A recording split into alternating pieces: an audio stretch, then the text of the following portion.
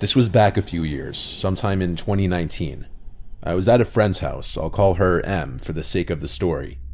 I was pretty excited for this sleepover. I couldn't wait to talk about all the middle school drama. Now, something you might want to know is M's house was deep in the woods. I mean deep. Anywhere you looked, there was woods, and their nearest neighbor was about a half-mile away. But on the backside of her house was a cliff that led down to the ocean. The night at M's house started off pretty good. Our friend Sam was there too. We played Truth or Dare, Hide and Seek, and other teenage games. It was getting pretty late, but we decided to go on a walk down the gravel road that led to the other houses along the way. We asked her mom and she said yes, so we started walking. After another 10 to 15 minutes, we saw a man who was walking on the other side of the street towards us. At first, we weren't thinking much. Maybe this dude was just taking an evening walk as well. But something that didn't seem right was that this man was wearing pretty thick clothing. I'm talking, it almost looked like snow gear, and not to mention it was pretty warm out. At that moment, it was like 60 degrees outside. We all looked at each other as we passed the guy, and that's when it hit us. The stench, the disgusting smell coming off that guy. It was absolutely horrible. Words could not describe how disgusting that smell was. It was so bad that after we finally got a few feet away, my friend took a deep breath, almost like she had been holding it. One of my friends ran into the woods and almost threw up. At this point, we felt it was best to head back. Our friend who almost threw up was begging to go back anyway.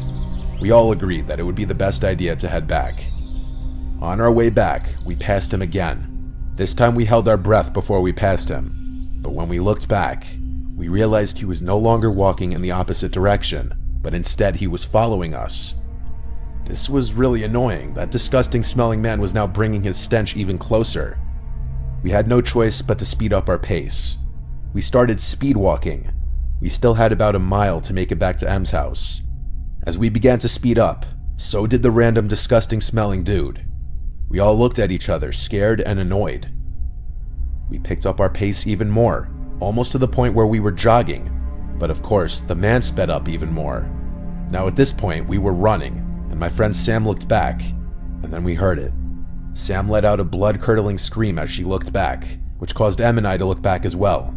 And what we saw, still to this day, absolutely horrifies me. This man was full-on sprinting at us. He had what looked like a knife or something sharp in his grasp. Em, Sam, and I started screaming as we were sprinting down the road. Our screams caused him to stop chasing us, and he eventually just stopped. But he didn't move. He just stood still, watching as we left. We didn't stay around to see what his intentions were. We just ran straight back to M's house. Once we got back, we slammed the door and decided on not telling her parents, as they were already asleep. We all went to the living room to finish setting up our sleeping areas. A few hours passed. It was about 2 a.m. at this point. We were watching something. I can't remember what, but I know it was some horror movie. Now, I mentioned her house was on a cliff for a reason. Because of this, her house has a lot of windows on the backside overlooking the view. I was sitting on one of the couches that was set up right at the window. It was pitch black outside. All you could hear was the waves and occasional wind. All of a sudden, I heard footsteps outside. They sounded like they were right by the window. I told my friends, and Em said it was probably the deer that always comes by. For 2 years now, Em had been feeding this deer, who always came up to this very window. I got pretty excited, as this meant this deer would come right up to my hand. I decided to look out the window, and I didn't see anything. It was too dark. I said that we should go outside to pet the deer, but Em and Sam said no. They reminded me about what happened earlier, and I agreed. So we went back to watching the movie. Another hour passed, and we were all feeling tired. We turned off the TV and headed under our blankets. It was about 45 minutes later. Em and Sam were fast asleep, but I felt like I couldn't rest. Something was up. I had this gut feeling that told me not to go to sleep, so I decided to look outside. The moon was just bright enough that you could see the ocean, so I spent a few minutes just staring outside. As I was staring outside, my eye caught something moving in the woods over to the left. I turned my head that way, but I saw nothing. I knew I saw something moving, so I grabbed a flashlight that was on the bookshelf and I pointed it in the direction of where I saw the movement. Now this was probably the worst idea I could have ever had, because when I did so, I saw that man again.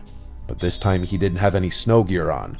Instead, he was completely shirtless, and I wasn't about to find out what else he didn't have on, so I tried to wake up Em and Sam and tell them what I saw. Sam woke up, but Em was a deep sleeper. I told Sam to look outside, but when we looked, he was gone. Sam looked at me with a pretty angry expression, like I was just messing with her. I told her I wasn't, but she didn't believe me. She went back to bed, and I was left laying there. It was now about 4:30 in the morning. It was still dark outside. I didn't sleep at all. I felt myself drifting off to sleep when I heard a knock on the door. I almost jumped off the couch when I heard it. I knew I shouldn't open it, but my curiosity got the best of me. I walked over to the door and looked out of the peephole, and again I saw nothing. My head had to be playing with me. I again went back to the couch and threw my blanket over my head. I eventually fell asleep, but woke up at around 5 a.m. in a cold sweat. Something wasn't right again. My body wouldn't stop shaking. And then it hit me. That familiar stench. That disgusting smell. I almost threw up right there. But as fast as I sat up, I heard footsteps coming towards me and I screamed.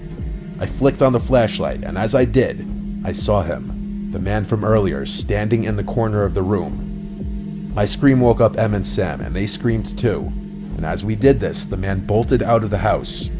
Em's mom and dad came running down the stairs, and after a few minutes, we told them everything that happened.